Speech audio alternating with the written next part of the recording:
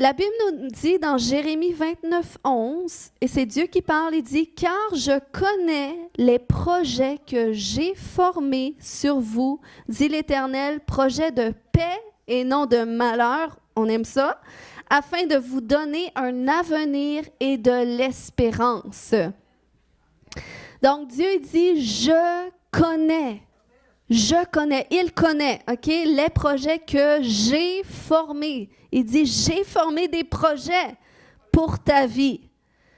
Je ne sais pas pour vous, mais moi, juste de lire un verset comme ça m'amène à demander à Dieu quels sont ses projets. Je veux les connaître, te former des projets pour ma vie. Alors, quels sont-ils? Y a-t-il des gens qui sont curieux comme moi? On ne veut pas juste lire la parole, on veut essayer de...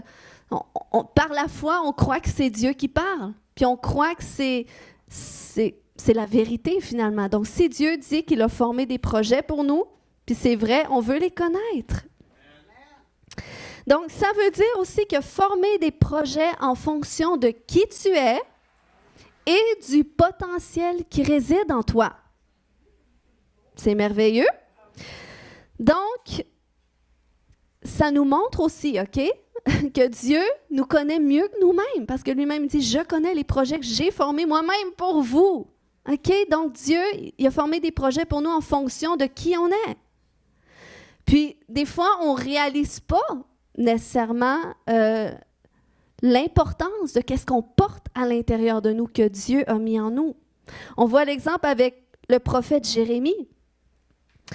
Où est-ce que Dieu lui avait dit dans Jérémie 1,5 « Avant que je t'eusse formé dans le ventre de ta mère, je te connaissais.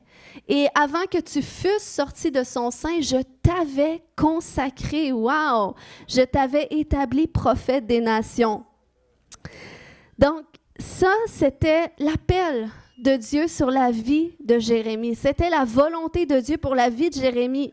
Puis Jérémie, à ce moment-là, il ne réalisait pas tout à fait qu'est-ce que Dieu avait mis en lui, parce que dans le reste du passage de ce chapitre-là, on va lire que Jérémie a commencé à dire à Dieu, et c'est dans mes propres mots, mais il a dit quelque chose comme « Attends Dieu, j'ai pas qu'est-ce qu'il faut, je suis juste un enfant, je suis pas assez vieux. » Et là, Dieu a dit « Stop, parce que je vais t'envoyer auprès des nations. Je vais mettre un message en toi que tu vas partager finalement. » Donc, Dieu a une volonté pour nous qui surpasse qu'est-ce qu'on peut imaginer de qu'est-ce qu'on porte à l'intérieur de nous.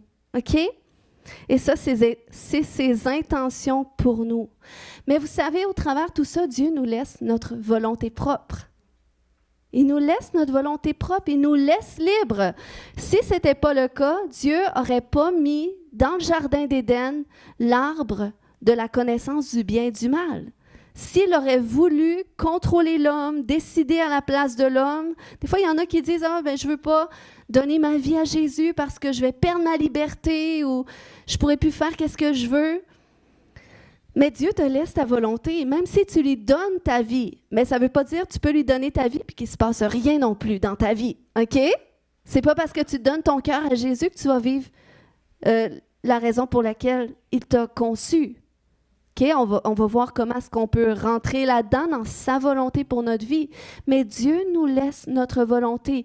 Il laisse à l'homme le choix de le choisir lui ou non.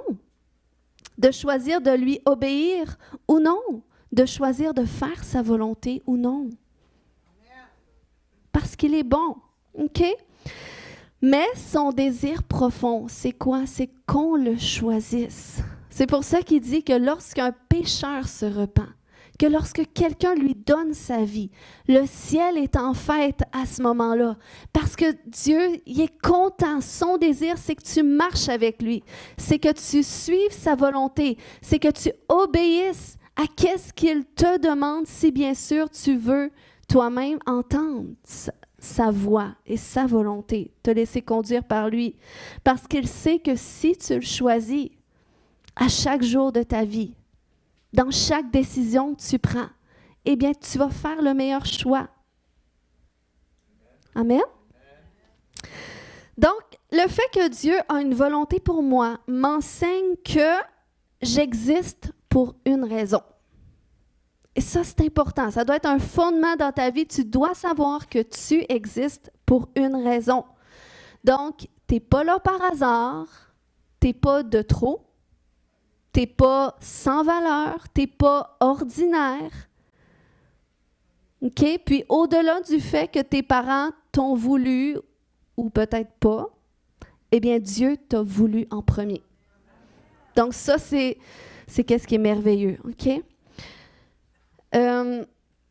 Pour découvrir cette raison de vivre, OK? Eh bien, il faut que tu répondes à l'appel fondamental qui est de suivre Jésus. Et ça, c'est une décision qu'on prend quotidiennement, suivre Jésus. La Bible va nous dire dans Éphésiens 2,10 que nous sommes son ouvrage, ayant été créés en Jésus-Christ pour de bonnes œuvres que Dieu a préparées d'avance afin que nous les pratiquions. Donc, on est son ouvrage. On a été créé en Jésus pour des bonnes œuvres qu'il a préparées d'avance. Ça nous ramène à Jérémie 29:11, les projets qu'il a prévus pour nous. Et son désir, c'est qu'on rentre dans ces projets, qu'on les pratique. Donc, la nature de ces œuvres-là qu'il a préparées pour nous, je les découvre comment? Je les découvre où? En Jésus. C'est en lui. Donc, c'est du moment que je choisis de répondre à son appel, de le suivre. OK? Puis, il faut savoir, c'est lui qui appelle à lui. Si tu es ici ce matin, ou peut-être tu nous écoutes en ligne, c'est que c'est Dieu qui t'a appelé à lui. Parce que lui-même va dire dans Jean 6,44 que nul ne peut venir à lui si le Père qui m'a envoyé ne l'attire. C'est ce qu'il a dit. Donc, si tu es ici dans ce lieu, si tu as choisi de donner ton cœur à Jésus, c'est parce que Dieu t'a attiré à lui. Il t'appelle à lui. Parce que Jésus, on voit dans la Bible, dans le Nouveau Testament, dans les Évangiles, combien que Jésus a appelé des gens à le suivre. Puis qu'est-ce qui est merveilleux? Des fois, on peut lire les Écritures, on se dit, ça avait de l'air plus facile à l'époque, j'aurais aimé ça être à cette époque-là, me semble. Mais tu sais, Jésus, même au ciel, il appelle encore des gens à lui. Parce qu'il a dit dans Jean 12,32, « Et moi, quand j'aurai été élevé de la terre, j'attirerai tous les hommes à moi. » Donc, de génération en génération, jusqu'ici en 2025, Dieu attire les hommes à lui. Il désire que les hommes le connaissent, répondent à son appel de le suivre. Et s'il veut que tu le suives, c'est pour que tu accomplisses les œuvres qu'il a préparées d'avance pour toi. Jean 16 nous dit, c'est Jésus qui dit, « Ce n'est pas vous qui m'avez choisi, mais moi je vous ai choisi et je vous ai établi, afin que vous alliez et que vous portiez du fruit. » Est-ce que je peux faire une pause ici? Des fois, il y a des gens, peut-être il y en a qui ont grandi dans des familles chrétiennes, puis qui pensent qu'ils suivent Jésus parce que leurs parents suivent Jésus. Mais j'aimerais ce matin faire une petite pause pour te dire que Jésus t'appelle autant qu'il a appelé tes parents à leur époque. Il t'appelle autant. Sinon, il ne t'aurait peut-être pas mis dans cette famille-là, puis tu vivrais une autre sorte de vie. Donc, Jésus t'appelle à lui, puis c'est un appel qui est individuel à tes parents, qui est unique à toi, que tu es appelé à découvrir. Donc, il t'a choisi, il t'a établi afin que tu ailles et que tu portes du fruit, que ton fruit demeure. Et que qu'est-ce que tu vas demander au Père en son nom, il te le donne. Donc, peu importe le nombre de temps que ça fait que tu connais Jésus. Ça peut faire 2 mois, ça peut faire 8 mois, ça peut faire 5 ans comme 30 ans. Aujourd'hui même, Jésus t'appelle à le suivre. Il t'appelle à accomplir quelque chose avec lui. Avec lui qui va faire une différence dans la vie des autres. Parce que l'appel de Dieu, c'est tourner vers les autres. C'est tourner vers le bien des autres parce que lui-même va dire qu'il distribue des dons à ses enfants pour l'utilité commune, pour le bien commun. Donc, c'est pour ton prochain. Puis, notre mission, eh bien, c'est de découvrir sa volonté. Et ça, c'est une mission qui est quotidienne. On doit chercher à découvrir quelles sont ces œuvres-là. Quelle est sa volonté pour ma vie? Qu'est-ce qu'il désire que j'accomplisse? Parce que la Bible va aussi nous dire que nous sommes supposés de porter du fruit en chaque saison. Donc, même si on peut être dans des saisons hivernales de notre vie, où est-ce que c'est plutôt sec et mort à certains endroits, eh bien, on est quand même appelé à porter un certain type de fruits. Donc, pour ça, c'est quand on suit Jésus et qu'on cherche à connaître sa volonté pour la vivre, eh bien, c'est lui qui va faire en sorte qu'on va être comme un arbre planté près d'un courant d'eau parce qu'on est planté en lui, qu'on demeure en lui, puis on va porter du fruit, quelle que soit la saison. Donc, j'existe pour une raison et je suis appelée à découvrir cette raison. On voit quelques exemples bibliques, par exemple, avec Pierre et André. Lorsque Jésus les a appelés à le suivre, la Bible va nous dire qu'ils étaient en train de pêcher. Eux, ils faisaient leur journée comme à tous les jours parce que c'était des pêcheurs.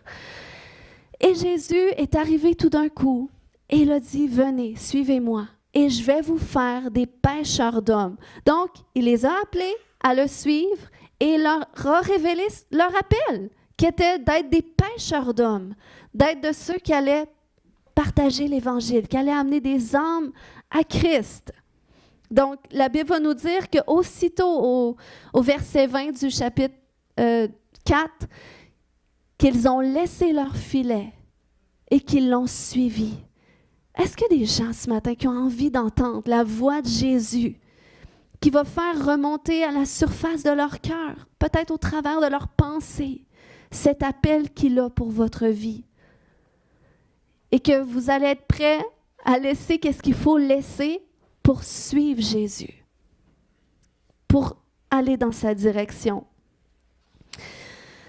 Puis qu'est-ce qui est intéressant avec la vie de Pierre qui nous encourage, nous aussi, c'est que Pierre, tout au long de sa marche avec Jésus, il a découvert des pièces de plus associées à son appel divin sur la terre. À un moment donné, lorsque Jésus a demandé à ses disciples, « Qui dit-on que je suis? » Et là, après ça, il dit, « Qui dites-vous que je suis? » Et là, Pierre, il va dire, « Eh bien, tu es le Fils de Dieu. » Donc, c'était la première fois que quelqu'un déclarait qui il était.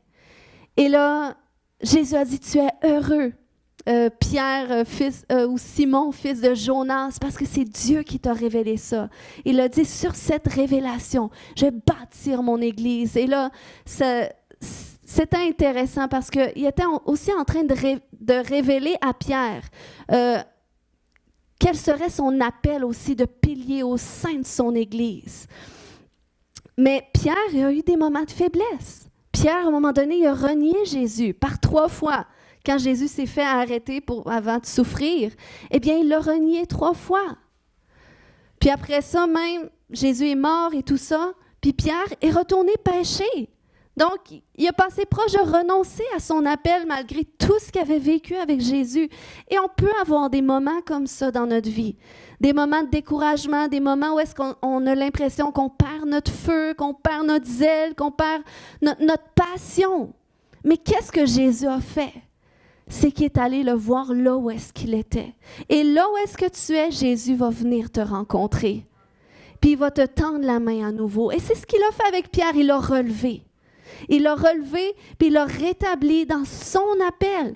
Il a dit, maintenant, si tu m'aimes, Pierre, va et paie mes brebis, parce que c'est à ça que je t'appelle. Et Pierre, on sait que le jour de la Pentecôte, qu'est-ce qui s'est passé? La première fois qu'il prend la parole devant tout le monde, 3000 âmes sont venues à Jésus. Donc ça, c'est tout un miracle. Mais tu vois, lorsque tu réponds à cet appel de suivre Jésus, et que tu choisis d'obéir à qu'est-ce qu'il te demande, c'est lui-même qui va te faire porter du fruit. Amen. C'est lui-même qui va impacter d'autres grâce à ton oui. On voit aussi pour Paul, on se souvient, Paul de Tarse. celui qui persécutait l'Église, hein, qui tuait des chrétiens. Il était en désaccord avec ça, il était sûr que c'était pas bien, tout ce mouvement-là qui se produisait au niveau de l'Église primitive, la façon qu'il prêchait l'Évangile, puis faisait des miracles, tout ça au nom du Seigneur. Jusqu'au jour où est-ce qu'en chemin, eh bien, une lumière est venue autour de lui, est tombée au sol, et c'est Jésus lui-même qui lui a parlé. Jésus lui-même l'a appelé. Et là, Jésus lui a donné des instructions, parce que là, lui-même, il a pris conscience que, oh, OK, qu'est-ce que je fais? C'est contre Jésus que je le fais. Donc, il a pris conscience, il a eu la conviction de pécher. Et il a choisi de suivre les instructions de Jésus. Et Jésus, après ça, le Seigneur a appelé un autre homme qui est venu prier pour lui. Puis, il a reçu finalement le Saint-Esprit. Et là, il a été délivré parce qu'il a choisi de répondre à l'appel de Jésus. Donc, le Seigneur s'y prend de différentes façons pour nous appeler et pour nous révéler aussi son appel pour notre vie. Et qu'est-ce qui est particulier, c'est que quand Jésus a appelé Paul, eh bien, il est aussi allé visiter cet homme de Dieu qui était pour aller imposer les mains à Paul, qui s'appelait Ananias. Et là, Ananias, il ne voulait pas aller vers Paul parce qu'il savait tout ce qu'il faisait auprès des chrétiens. Et il y avait la crainte. Et là, qu'est-ce que Dieu lui a dit? Dans Actes 9, 15, il dit « Va, car cet homme est un instrument que j'ai choisi pour porter mon nom devant les nations, devant les rois et devant les fils d'Israël. » Puis Paul n'avait aucune idée à cet instant-là. Ça serait quoi son appel? Même il était en train de tuer les gens, qu'après ça, il allait enseigner, tu sais. Mais Dieu fait des choses comme ça qui surpassent notre conception souvent du moment, OK? Mais moi, je veux t'encourager, si tu ne réalises pas l'appel que Dieu a attaché à ta vie, qui surpasse qu'est-ce que tu penses que tu portes, mais si tu acceptes de suivre Jésus par la foi, tu vas voir qu'il va te surprendre. Ou peut-être que tu as à cœur de témoigner à des gens, mais tu te retiens, mais tu ne peux même pas imaginer l'appel qui peut être sur la vie de ces personnes-là qui attendent ton témoignage. Donc, c'est pour ça que c'est important de témoigner quand Dieu te le met à cœur. C'est comme la personne qui m'a parlé de Jésus qui était outre-mer. Puis, elle ne pouvait pas se douter. Elle aurait pu continuer son chemin, mais bon, on a commencé à s'écrire parce que je vivais des phénomènes paranormaux. Elle m'a donné des prières et tout, ça aurait pu s'arrêter là. Mais il a continué d'investir dans ma vie par rapport à l'œuvre que Dieu avait commencée, sans se douter que de ma conversion naîtrait une église. Puis il faut savoir qu'à ce moment-là, j'avais aucun désir pour Dieu, de suivre Dieu. Il faut dire que je n'avais pas une vie très catholique à ce moment-là. Mais tu vois, quand le Seigneur a commencé son œuvre dans ma vie et qu'il y a quelqu'un qui a continué à arroser cette œuvre-là, eh bien, ça a continué à croître, qu'est-ce que Dieu avait commencé, jusqu'à temps que ma vie soit rapidement transformée. Parce que quelqu'un a mis du temps pour investir dans ma foi. Donc, vous voyez, c'est même important que vous veniez à l'Église pour ça. Pour que la parole de Dieu puisse faire une œuvre dans votre vie, qu'elle puisse continuer d'arroser ces semences-là que Dieu a mis en vous, pour qu'elles viennent qu'à grandir et porter du fruit. Suivre Jésus, c'est que tu apprends à incliner ta volonté, ton cœur vers le sien. Tu dis, comme Jésus avait dit à Dieu, non pas ma volonté, mais ta volonté. Tu commences à être sensible à sa voix, sensible à ce qu'il veut pour toi. Tu le cherches dans chaque jour, tu le cherches dans tout ce que tu fais et tu veux marcher avec lui. C'est ça, suivre Jésus. Suivre Jésus, c'est dans ton cœur, c'est une posture de cœur qui est en quête constante de lui, puis qui est sensible à lui, puis qui se laisse remodeler par lui. Parce que quand tu es dans cette posture-là, il va mettre des choses dans ton cœur. Il va te montrer des choses que tu dois te défaire, qui l'attristent. Parce que la Bible va nous dire que dès qu'on reçoit Jésus dans notre vie, on reçoit l'Esprit Saint qui nous fait naître de nouveau. Puis la Bible va nous dire de ne pas attrister le Saint-Esprit qui est en nous. Et moi, je me souviens au début, des fois, je vivais des jours comme ça de tristesse. Puis je pensais que c'était moi qui étais triste, jusqu'à temps que j'amène cette tristesse-là devant Dieu et qu'il me montre, regarde cette chose-là. Tu n'as pas besoin de ça. Donne-moi-la. Et pas à pas, je soumettais ma volonté à la sienne. J'abandonnais les choses que je devais abandonner pour lui laisser prendre la place. Et c'est comme ça qu'il a commencé à changer ma vie. Et j'ai commencé comme ça et c'est ma réalité encore aujourd'hui. Ça fait 13 ans que j'ai appris à vivre comme ça parce que j'ai compris que c'est le meilleur choix pour moi. Amen. Et c'est même Paul qui va enseigner ça. Il va dire lui-même dans Actes 20, 24, « Je ne fais pour moi-même aucun cas de ma vie. » Lui aussi avait compris qu'écoute, suivre Jésus, c'est la meilleure chose. Il dit, « Je ne fais aucun cas de ma vie comme si elle m'était précieuse, pourvu que j'accomplisse ma course avec joie et le ministère que j'ai reçu du Seigneur Jésus, d'annoncer la bonne nouvelle de la grâce de Dieu. » Amen. Donc, le Seigneur veut nous amener à cet endroit de découvrir, selon Marc 16, 17, qui dit, Marc 16, 25 plutôt, qui va dire, « Celui qui voudra sauver sa vie la perdra, mais celui qui la perdra à cause de moi. » Hein? Comment? Des fois, on a peur de perdre des choses en suivant Jésus, mais au contraire, c'est là que tu vas trouver ce que tu cherches. C'est là que tu vas trouver la vie. C'est là que tu vas te trouver toi. OK? Donc, comment suivre Jésus concrètement? Alors, tu ne peux pas suivre quelqu'un que tu ne connais pas. On s'entend? On va se parler en termes d'aujourd'hui. Parce que je veux que vous saisissiez bien.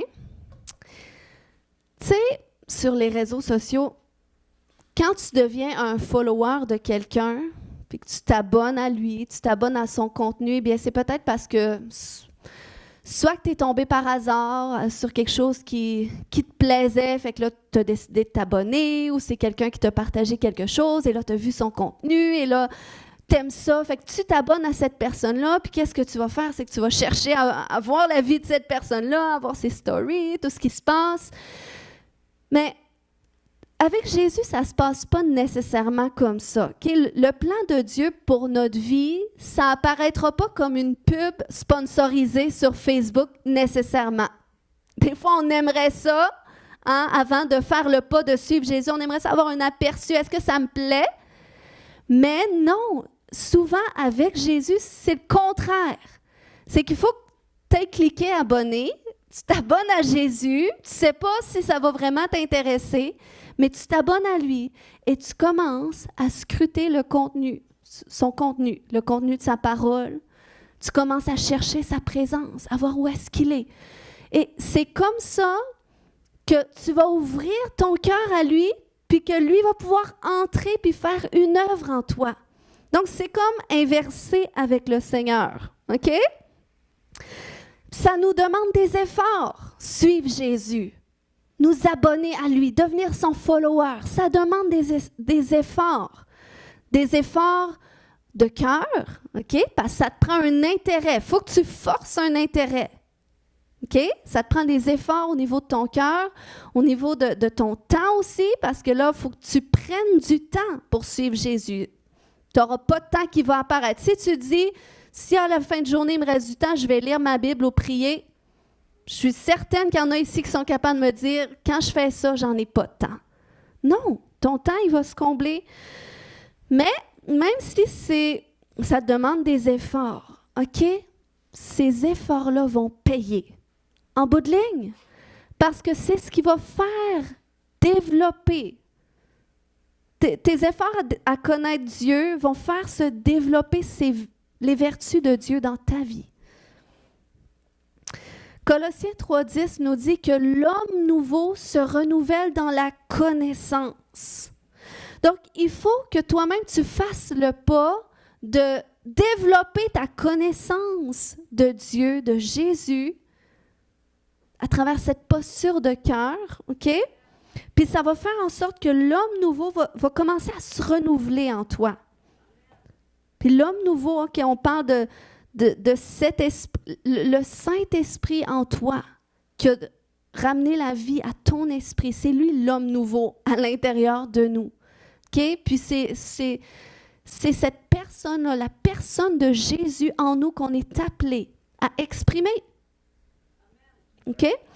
Puis ce renouvellement dans la connaissance, c'est ce qui va nous aider à discerner la volonté de Dieu pour notre vie, pour qu'on vive sa volonté. C'est Romains 12:2 qui nous dit ça, d'être transformé par le renouvellement de notre intelligence pour discerner, afin qu'on discerne quelle est la volonté de Dieu. Donc, c'est nous, OK? On doit choisir, faire le pas de suivre Jésus, faire le pas de le chercher, faire le pas de chercher à le connaître dans sa parole. Je reprends ce que Benoît Marcoux avait partagé, qu'il n'y a pas beaucoup de prédicateurs qui partagent, que je trouve ça très intéressant. En fait, c'est la seule personne que j'ai entendu parler de ça la première fois. Mais il disait que, tu sais, il y a ces gens, moi je suis vraiment impressionnée par ces gens-là. Honnêtement, tu sais, les gens qui sont très forts intellectuellement, ils peuvent lire la Bible en 3 mois. Ils peuvent te citer au moins 200 versets avec en tout cas, ils sont capables de tout te citer par cœur. Puis, ils sont vraiment connaissants. Moi, ça m'impressionne. Mais, tu sais, je reconnais que c'est un don de Dieu, être capable de faire ça. Mais il y a de ces gens-là qui, malgré, je ne dis pas qu'ils sont tous comme ça, mais il y en a qui, malgré qu'ils ont une connaissance extraordinaire de la parole, sont des enseignants extraordinaires, eh bien, c'est comme tu regardes leur cœur, tu regardes les fruits de leur vie et c'est comme si tu ne vois pas ou tu ne ressens pas cette essence du Saint-Esprit. Tu ne vois pas les fruits de l'Esprit au travers de leur vie. Et moi, à un moment donné, je me demandais, mais comment se fait? Comment se fait, tu sais, ces gens-là devraient être tellement transformés parce qu'ils connaissent tellement la parole. Mais en fait, c'est parce que la parole qu'ils étudient, eh bien, a fait une œuvre extraordinaire au niveau intellectuel, mais elle ne se rend pas au niveau de leur cœur. Si tu veux que la parole de Dieu te transforme, il faut qu'elle vienne jusque dans ton cœur. Il faut que ça vienne dans ton cœur, puis que tu le rumines, que tu médites là-dessus, que tu vois, que tu décortiques le sens et puis la façon que le Saint-Esprit désire, que tu l'interprètes aussi, parce que l'Esprit de Dieu est là pour nous aider à interpréter les Écritures, puis voir comment ça peut s'appliquer aujourd'hui à notre vie. Et c'est ça qu'on doit chercher à faire. Moi, je ne vous dis pas, quand je vous dis de chercher à connaître Jésus à travers la Bible, je ne suis pas en train de vous dire faites un plan de lecture biblique à partir de demain. Allez-y comme vous voulez, mais prenez cette habitude pour connaître, dans le but de connaître Jésus. Oui, d'augmenter votre connaissance, c'est bon, mais il faut que la parole vienne jusque dans votre cœur pour qu'elle renouvelle l'homme nouveau, pour qu'elle produise une transformation en vous. Donc, c'est lorsque cette parole vient qu'à te transformer parce que tu choisis de suivre Jésus, tu choisis de chercher à le connaître, eh bien, c'est comme ça que tu vas commencer à discerner qu'est-ce qu'il veut pour ta vie, les œuvres glorieuses qu'il a préparées d'avance pour toi, les projets de paix qu'il a pour ta vie. C'est là que tu vas être capable parce que ça va nourrir les visions de Dieu dans ta vie. Donc, quelques indicateurs ce matin, puis je termine avec ça, qui peuvent nous aider à reconnaître les œuvres que Dieu a préparées d'avance pour nous. Une chose, ça peut être la misère duquel Dieu t'a tiré. OK? Ça peut être un indicateur du secteur ou du domaine dans lequel Dieu t'appelle à rejoindre les gens. Ça dépend, tu sais, c'est en lien avec ton témoignage. Ça peut être ça. Tu sais, si par exemple, tu as eu tout un passé avec les gens de la rue, avec les gens qui consommaient, ou peut-être, je ne sais pas, peut-être tu as vécu une histoire de couple très difficile, puis le Seigneur t'a sorti, puis tu as tout un témoignage associé à ce que tu as vécu, eh bien, le Seigneur, son désir, c'est que tu sors de tes difficultés, mais aussi il peut t'appeler parce que toi-même, tu es allé chercher les clés. Comment se sortir de ça? Eh bien, peut-être c'est toi qui vas détenir les clés pour aider d'autres à se sortir de leur misère. Mais c'est important, OK? La misère duquel Dieu t'a tiré, le Seigneur peut t'appeler à rejoindre les gens qui sont dans ce secteur-là, mais ça doit commencer par toi. Il faut que toi-même, tu aies vécu la transformation qui est nécessaire. Moi, quand j'ai donné ma vie à Jésus, tout de suite, j'ai eu la conviction que je serais un modèle pour les autres. Fait que c'est comme si ça m'a motivée à changer mes habitudes de vie rapidement parce que j'avais cette conviction-là intérieure que j'allais être un modèle, puis que je devais faire attention à qu'est-ce que je fais, à comment je m'habille, au témoignage extérieur que je donne, puis au témoignage de ma personne. Puis ça m'a toujours motivée. Okay? Dans la motivation, j'ai eu la grâce de Dieu pour changer parce que on a besoin de Dieu pour changer, on s'entend? Je n'ai pas fait ça sans Dieu. Mais ça a toujours été quelque chose qui a été en moi jusqu'à aujourd'hui. J'ai toujours été motivée par plus de transformation, plus de guérison, plus de liberté intérieure pour moi-même. Parce que j'ai compris que je ne peux pas prêcher plus que qu'est-ce que moi je suis, que qu'est-ce que Dieu fait en moi. Donc, ça doit commencer par moi. Puis, je vous lance la perche ce matin. C'est ça avec vous aussi. Des fois, il y en a, des fois, sont seuls dans leur famille qui connaissent Jésus. Mais tu as tellement un mauvais caractère que ça ne donne pas envie aux autres de connaître ton Jésus parce qu'ils se disent, ben ton Jésus, il ne fait pas grande différence dans ta vie, fait qu'est-ce qu'il pourrait faire dans ma vie? OK? Là, je vise personne parce que je ne vous connais pas personnellement comment vous êtes à la maison, là. Mais ceux qui peuvent mettre le chapeau. Non, mais c'est important. Ça doit commencer par nous. Si on veut que Dieu touche les gens autour de nous, si on veut faire une différence dans la vie de certaines personnes, il faut que le Seigneur commence à faire son œuvre dans notre vie. Ensuite, un autre indicateur pour nous aider à reconnaître ces œuvres-là que Dieu a préparées d'avance pour nous. Je veux vous inviter à être attentif aux rêves que vous avez. Ça peut être des rêves, ça peut être la nuit. Peut-être tu peux rêver. Le Seigneur, moi, ça a été comme ça. Je ne rentrerai pas là-dedans aujourd'hui, mais ça va être éventuellement. Mais le Seigneur, par des rêves nocturnes, par des visions nocturnes, il peut te révéler ce à quoi il t'appelle. Moi, au début de ma vie chrétienne, je me voyais parler devant des gens. Puis pour moi, à ce moment-là, j'aurais jamais été capable de faire ça. OK? C'était pas quelque chose que je pensais que j'aurais pu faire. Mais Dieu me préparait mon cœur. Puis sinon, les rêves que tu as dans la vie, les rêves que tu as, est-ce que tu as des rêves? Est-ce que tu rêves de voir, de vivre des choses? Ou est-ce que tu as des visions? Les visions que tu as, ça peut être des indicateurs de ce à quoi Dieu t'appelle.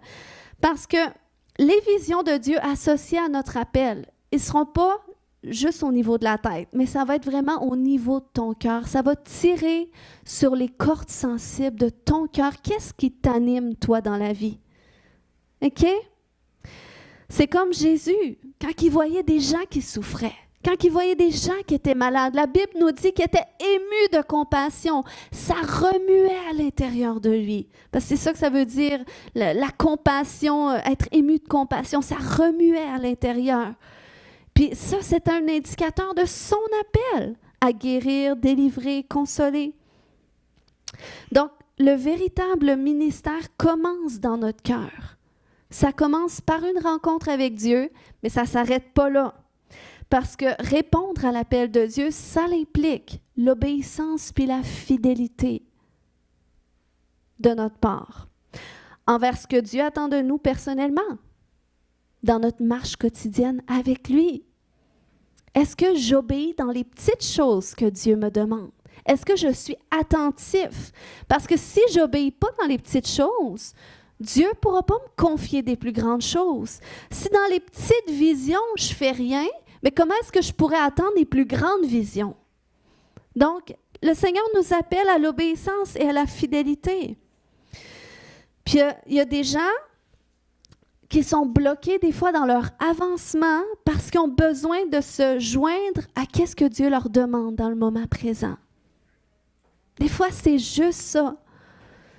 Puis, si ton avancement est freiné ce matin, je veux t'inviter à demander au Saint-Esprit de te montrer s'il y a un endroit de ta vie où est-ce qu'il te demande quelque chose. Et peut-être que tu n'as pas compris ou peut-être que tu as ignoré, mais tu peux lui demander de te le révéler, puis il va le faire.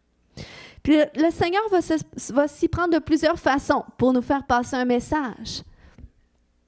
Des fois, il va le faire par une conviction intérieure, des fois par des situations, il va nous parler, ou des fois par des gens aussi. Le Seigneur, il va s'y prendre de plusieurs façons. Et ensuite de ça, par rapport à l'obéissance et la fidélité, c'est aussi dans les efforts qu'on met pour notre croissance. Ça fait partie de répondre à l'appel de Dieu. Est-ce que tu mets des efforts pour ta croissance personnelle, spirituelle? Parce que il faut que tu saches que la formation, c'est très important. Je crois que chaque croyant devrait suivre des formations bibliques. Parce que ça, c'est notre base en tant que chrétien. Si on veut savoir de quoi on parle, si on veut grandir dans la connaissance des choses de Dieu, la formation biblique, c'est vraiment à considérer, c'est une base. Puis, il y a aussi les formations spécialisées en fonction du domaine là où est-ce que Dieu t'appelle à toucher des gens, que ce soit à l'intérieur de l'Église ou que ce soit en dehors de l'Église, auprès des non-croyants. Il faut se former, c'est important. Puis on devrait apprendre à développer un style de vie, de formation. L'autre jour, je parlais avec mon frère, pasteur Nathel, puis il disait lui, à Québec, il y a plein de gens qui arrivent tout le temps. « Ah, moi, je sens que j'ai un appel de pasteur, moi, j'aimerais ça enseigner, tout ça. » Mais c'est des gens qui ne veulent pas mettre le temps pour se former bibliquement. Donc, tu peux pas, tu peux vouloir être utilisé de Dieu dans certains domaines, mais va à la base, va te former. C'est important. Puis c'est la même chose quand tu sers n'importe où. Il faut toujours chercher à s'améliorer. Il faut viser l'excellence. Donc, ces choses-là, notre fidélité, notre obéissance dans les choses que Dieu nous demande, ça témoigne de notre foi en lui, puis de notre engagement envers ce qu'il nous demande.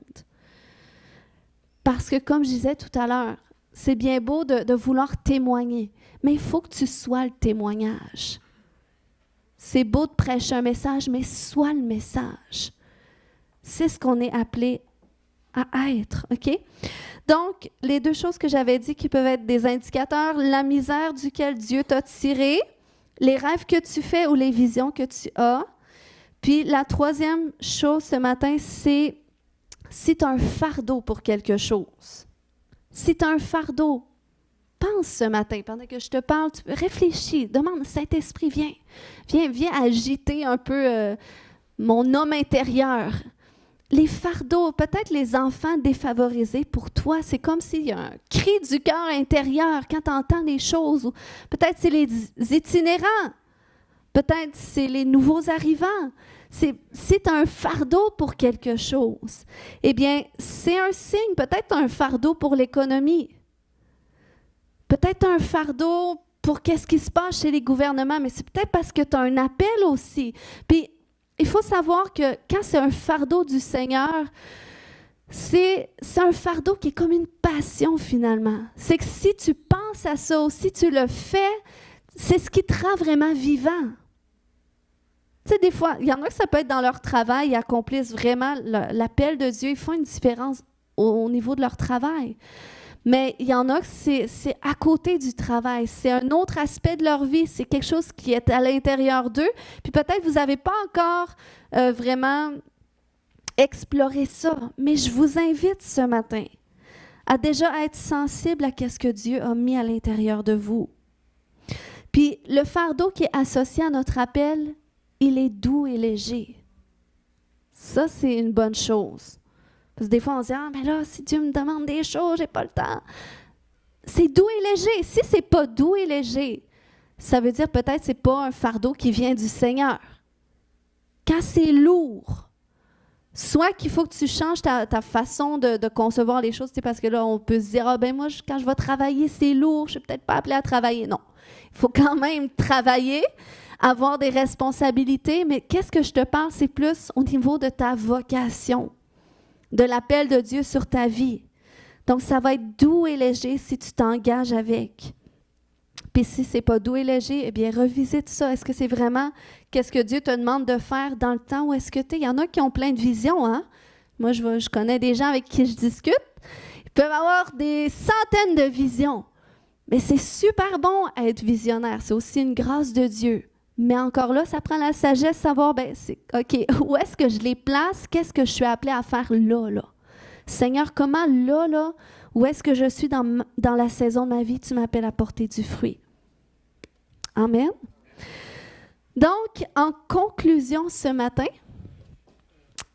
je veux t'inviter ce matin à t'abonner à Jésus. Est-ce qu'il y en a que ça leur tente de devenir le follower de Jésus? Amen. Je veux t'inviter à chercher à le connaître. Puis je veux vous donner un devoir, OK? C'est entre vous et Dieu. Si vous voulez prendre en note des questions à poser au Saint-Esprit ce matin, cette semaine, OK? Quand je vous parle de chercher à le connaître, OK? J'aimerais que vous demandiez au Seigneur, qu'aimerais-tu me faire découvrir de toi cette semaine? Cette semaine, qu'est-ce qu'il veut te faire découvrir de lui? Là, faites le devoir parce que peut-être je vous en demanderai pas compte, mais je pourrais vous prendre au hasard la semaine prochaine, dire qu'est-ce que Dieu te dit? Là, il y en a qui ne seront pas là la semaine prochaine. Non, inquiétez-vous pas, OK, je ne suis pas comme ça. Mais c'est important, OK? On va peut-être plus se faire jeudi. Jeudi de prière, on est plus intime, on fait partager les gens. On va pouvoir prier sur qu'est-ce que vous avez reçu de Dieu. Après ça, posez la question, Seigneur, comment m'appelles-tu à demeurer en toi cette semaine? Hein? C'est en Jésus qu'on a été créé pour accomplir des bonnes œuvres qu'il a prévues d'avance. Donc, comment m'appelles-tu à demeurer en toi? Puis, l'autre question, c'est, Seigneur, j'en ai 8. Non, c'est pas vrai, c'est la dernière. Seigneur, fais remonter à la surface de mon cœur tes rêves, tes visions pour ma vie, les fardeaux associés à mon appel. Fais remonter à la surface de mon cœur tes rêves, tes visions pour ma vie et les fardeaux associés à mon appel. Ce matin, on va prier. Donc, la première, c'était, Seigneur, qu'aimerais-tu me faire découvrir de toi cette semaine? Comment m'appelles-tu à demeurer en toi? Puis, fais remonter à la surface de mon cœur tes rêves, tes visions pour ma vie et les fardeaux associés à mon appel.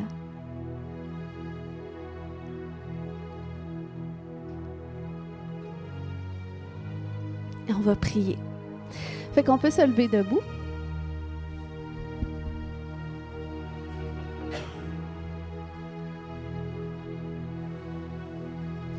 Pendant qu'on va prier, c'est vrai.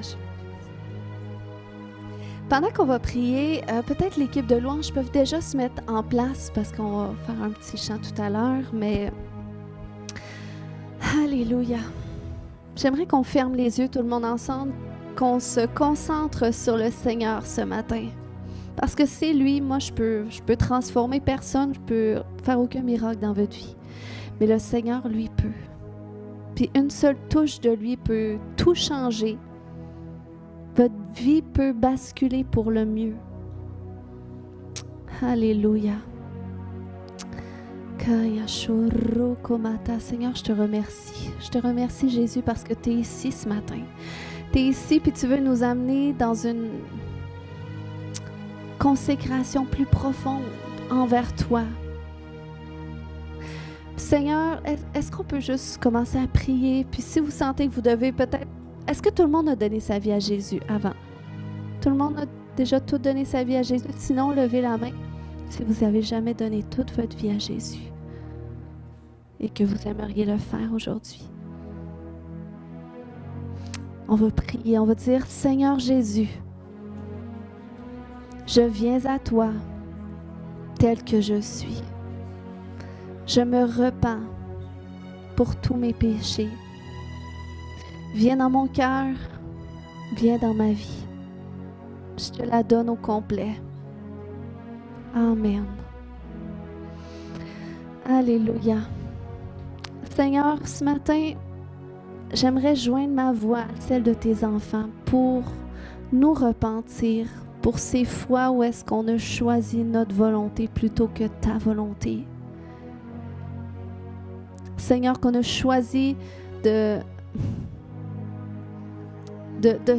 protéger notre vie. Mais Seigneur, au contraire, on reconnaît que on s'est plus perdu que d'autres choses, Seigneur, qu'on ne trouve pas dans ces choses-là qu'est-ce qu'on a besoin réellement, la source d'eau vive qui doit nous abreuver. Puis c'est vers toi qu'on vient ce matin, Seigneur. Tu as dit, si quelqu'un a soif, qu'il vienne à moi et qu'il boive. Ce matin, est-ce que des gens qui veulent aller boire à la source de Jésus, qui veulent aller s'abreuver à sa source? Alléluia. Seigneur, on veut se repentir pour tout ce qui nous a empêchés de te suivre pleinement. Peut-être qu'on a suivi nos ambitions, peut-être qu'on a suivi nos rêves personnels, peut-être qu'on a suivi nos intérêts, peut-être qu'on a suivi la peur du rejet des autres. Mais on se repent pour ça, Seigneur. On se repent pour ça, Seigneur. On comprend, Père, que c'est en toi. C'est en toi qu'on va trouver notre vie, qu'on va trouver la raison pourquoi on existe. Qu'est-ce que tu nous appelles à accomplir, qui sont des œuvres glorieuses. Viens te révéler, Jésus. Viens te révéler, Jésus. Alléluia. Alléluia. Seigneur, que ton feu ce matin tombe. Que ton feu tombe ce matin, Seigneur. Viens consumer nos vies. Viens consumer nos vies. Alléluia. Que ton feu, Seigneur, le feu de séparation qui vient séparer qu'est-ce qui n'est pas de toi, de qu'est-ce qui est de toi dans nos vies, qu'il tombe maintenant. Un feu de séparation, un feu de consécration. Seigneur, viens consumer, Père. Tout ce qui n'est pas de toi ne peut pas résister au feu. Et tout ce qui peut nous retenir de répondre vraiment à l'appel, j'ordonne que ça soit consumé maintenant, même si c'est des mensonges. Si c'est des mensonges que vous portez, les mensonges où est-ce que l'ennemi essaie de vous empêcher de suivre Jésus, je commande maintenant ces mensonges d'être consumés. Alléluia! Qu'ils soient consumés, que ton feu, Seigneur Dieu, vienne maintenant embraser nos vies, vienne maintenant embraser nos cœurs. Alléluia, un feu de consécration, un feu où est-ce qu'on choisit de suivre ta volonté, un feu, Seigneur Dieu, qui ranime notre passion pour toi, qui tourne nos désirs vers toi. Alléluia, un feu qui anime un zèle pour ton service, un zèle pour te poursuivre, un zèle pour poursuivre ta volonté pour notre vie. Alléluia. Kaya shoroko matada. Kaya shoto. Si tu sens le Seigneur ce matin, si tu sens qu'il t'appelle vraiment à le suivre, qu'il t'appelle à vivre quelque chose de plus profond avec lui, puis tu te sens interpellé, j'aimerais que tu viennes devant, puis je veux prier avec chacun de vous. Alléluia. On va prier que ce feu-là vous consume, que le feu du Seigneur vous consume. Vous pouvez venir tout le monde ensemble, puis juste vous tenir dans la présence de Dieu. C'est lui qui vous touche. C'est lui qui fait une œuvre dans votre vie. Alléluia. S'il y en a qui vous disent, moi, je veux vraiment suivre le Seigneur. Je veux vraiment marcher dans plus de consécration. Je veux connaître sa volonté, ses plans pour ma vie. Je veux plus être le même. Et peut-être que tu as besoin d'un miracle. Tu sais, en suivant Jésus, ceux qui suivaient Jésus dans la Bible, ils étaient guéris. Ils étaient délivrés. Ils étaient transformés. Ceux qui suivent Jésus, ils trouvent leur comble. Ils vivent les miracles que Jésus a pour eux. Alléluia. Et le Seigneur a plus pour toi. Il veut restaurer ta vie au complet. Il veut restaurer chaque domaine de ta vie. Et ça fait partie des promesses qu'il a pour toi. Alors avance-toi ce matin. Alléluia, avance-toi ce matin. Et laisse-le te toucher ce matin. Alléluia. Alléluia. Il y a de la place, les hommes. Serge, tu peux venir derrière, puis Caleb aussi, s'il vous plaît. Karakamaya Shoto. Regarde à Jésus ce matin. Concentre-toi sur lui. C'est lui qui touche ton cœur. Alléluia, oui, Seigneur. Oh, il y a un feu nouveau ce matin. C'est le feu du Seigneur. Oh, que le feu de Dieu qui doit consumer. Qu'est-ce qui t'empêche? Qu'est-ce qui t'empêche de te tenir dans sa présence? Qu'est-ce qui t'empêche de le suivre pleinement? Que ce feu maintenant consume toutes les œuvres de l'ennemi au nom de Jésus. Que ce feu vienne consumer. Alléluia, toute infirmité dans ton corps. Au nom de Jésus, que ce feu te libère de tout ce qui te retient dans le nom de Jésus, de tout ce qui t'empêche d'être en pleine santé. Au nom de Jésus, au nom de Jésus, j'appelle un miracle créatif ce matin. Seigneur, dans le ciel, tu peux pourvoir à une peau restaurée complètement. Alléluia, je l'appelle maintenant ce miracle créatif. Au nom de Jésus, au nom de Jésus. Alléluia, alléluia. Kaya torre ke mata ya shoto, kaya shoto mata. Au nom de Jésus, je détache d'elle. Je détache d'elle ce psoriasis. Au nom de Jésus, je le détache de toi. Au nom de Jésus, je te commande de sortir maintenant, de libérer sa peau maintenant, de libérer son corps, de libérer son âme maintenant. Dans le nom de Jésus. Alléluia. Kaya shore kamata. Kaya shoto. Seigneur, déverse ton huile ce matin. Ton huile qui guérit. Ton huile qui restaure, qui renouvelle au complet. Au nom de Jésus. Alléluia. Alléluia. Oh Seigneur, je prie, Papa, que tu fasses connaître à chacun ta volonté pour leur vie, Seigneur, qu'elle découvre ces œuvres que tu as préparées pour elle, qu'elle connaît déjà. Mais viens les faire remonter à la surface de son cœur comme un fardeau, Seigneur Dieu. Dans le nom de Jésus, tu lui as donné la grâce de pouvoir être une maman pour d'autres. Des enfants qui sont orphelins, des enfants qui n'ont pas de parents, Seigneur Dieu. Mais tu lui as donné un cœur de maman qui peut les porter, qui peut ranimer la destinée de ceux où est-ce que c'était éteint. Dans le nom de Jésus. Oh, Seigneur, j'ai libéré cette vision sur sa vie. Au nom de Jésus, ce don de voir dans la vie des enfants qu'elle accompagne, la destinée que tu as associée à eux, les projets de paix et non de malheur.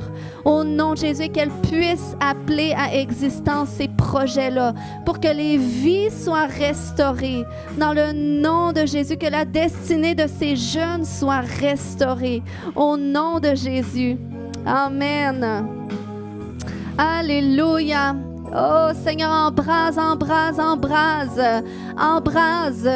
Au nom de Jésus, un feu nouveau, un feu nouveau. Viens prier. Kaya Shoremaka. Désire ce matin, désire le suivre ce matin. Alléluia. Koya Shoto. Plus. Embrase. Koya Torekamata. Embrase. Kaya Shoremakata. Transforme ces murailles de limitation, tombe, alléluia, et le vin nouveau du Seigneur, le nouveau qu'il a pour toi, les projets nouveaux, les visions nouvelles qui viennent avec l'autorité des établir, viennent,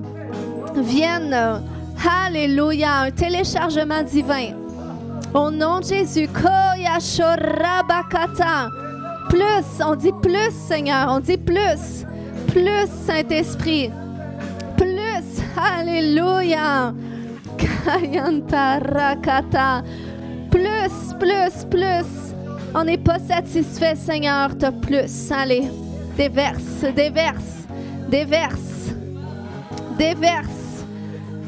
feu,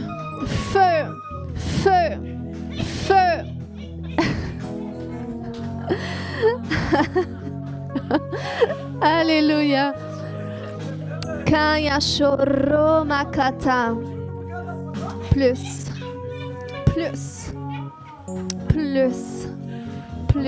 Alléluia. Oh, alléluia. Aujourd'hui, le Seigneur te dit, va chercher les bénédictions générationnelles qui ont été bloquées. C'est le temps d'aller les réclamer. C'est le temps d'aller les chercher, de dire ça, c'était pas sur ma famille, ça, je l'ai pas vu sur ma vie. Mais Seigneur, c'est parce que toi, tu l'avais pourvu, le diable l'avait volé, le diable a été chassé, maintenant, va chercher les bénédictions. Va les chercher. Ce matin, je libère toutes ces bénédictions générationnelles qui avaient été bloquées. Au nom de Jésus. Alléluia. Entre autres, les bénédictions associées aux affaires, associées aux entreprises, associées à la prospérité, associées à l'entrepreneuriat. Au nom de Jésus. Koya Torre Bakata. Oh, c'est le cri d'enfantement. Yes. Oh, le don d'entrepreneuriat. Alléluia, ça va être enfanté dans cette saison. Au nom de Jésus, je libère les projets, les idées qui viennent du ciel. Au nom de Jésus, qui vont impacter. Oh, Seigneur, tu restitues 7 fois. 7 fois. Kaya Shore Makata. Alléluia. Kaya Shoto. Kaya Shore Makata. Alléluia. Libère ton baume, Seigneur. Ton baume ce matin. Kaya Shoro Makata. Alléluia. Alléluia. Alléluia. Le Seigneur te voit. Le Seigneur te voit. Il veut que tu saches qu'il te voit puis qu'il t'a toujours vu.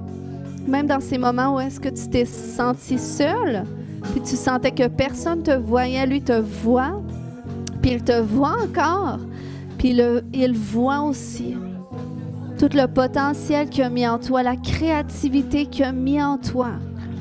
Puis il trouve ça beau, qu'est-ce que tu fais. Puis il est fier de toi, puis il t'aime.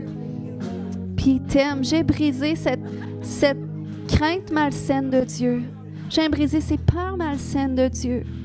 Dans le nom puissant de Jésus. Seigneur, viens restaurer maintenant ta connexion avec ta fille, papa. Elle est ta fille bien-aimée.